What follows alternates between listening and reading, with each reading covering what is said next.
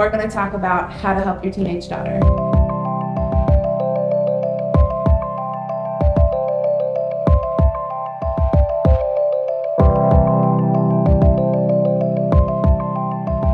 It's difficult to understand women. I get men all the time, and as a therapist, say, if I only understood what women think or how they think. We're complicated. We are complicated, but at the same time, we're like an onion and with the peels quietly and slowly evolving at all times. And so given our mood or our disposition or previous trauma or bad things that have happened to us or adverse childhood experiences, it taints the way we think about other things later on, or it affects that.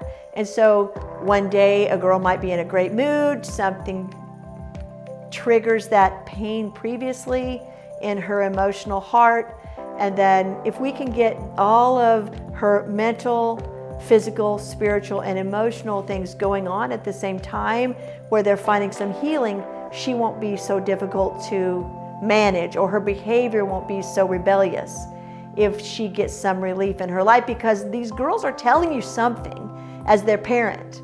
And if they're acting out, they're telling you something, you're just not getting it. And I'm not being, talking down to parents, but I'm saying you're not understanding what she's trying to tell you. All behavior is a form of communication. So whenever we work with parents and parents are, why is my kid treating me like this? I've given them everything. She's trying to communicate something. So really look into what is she verbally telling you versus what are her behaviors telling you, because they're probably going to be two different things. That's right. And if she's saying, no, I'm not going to do that, and physically she's doing that, calm it down. I think parents get wrapped up in the respect. She's going to respect me. Here's the deal. If you would humble yourself as a parent and really get down to the gut-wrenching truths, then you'll be better off in the long run. And it's not about you right now getting that respect. If we can help her honor herself, because she's a product of two human beings that are her parents. And so if she's disrespecting her body, she's really disrespecting her parents. And so if we can help her live a life of respect and honoring her body, then we'll give her a longevity of her life that is wonderful for multi-generations to come. It's important to remember that there is no handbook for parenting.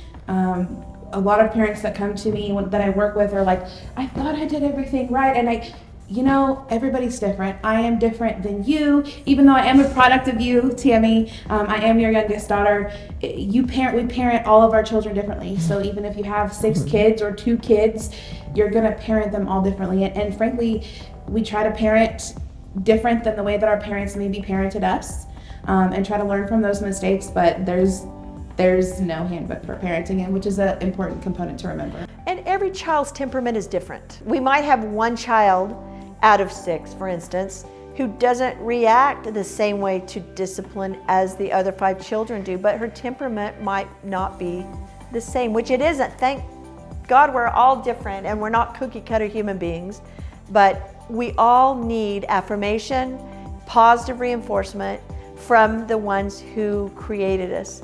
And a lot of times, for instance, kids will rebel against the parents who adopted them in anger of the ones who gave them up for adoption. And so we'll find that we have a lot of adoptive parents that have came to us and said, what is going on? I've given them everything. And they're oftentimes transferring those feelings to their birth parents, to adoptive parents, for instance. So if you're a parent and if you're tuning into this channel, I want you to understand that, like Hope said, there's no cookie cutter resolution, but once things can calm down and once a girl can understand that somebody's really trying to listen to her and what's going on, children have an interesting interpretation of truth. And so what might be a truth for a parent, they might not interpret as truthfulness that really happened to their child. And so getting down to what truth is, the truth is what's going to set the child free.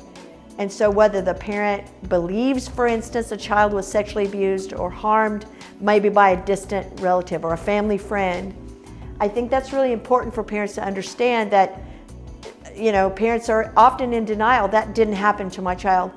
We believe everything a child says when they come to our treatment facility.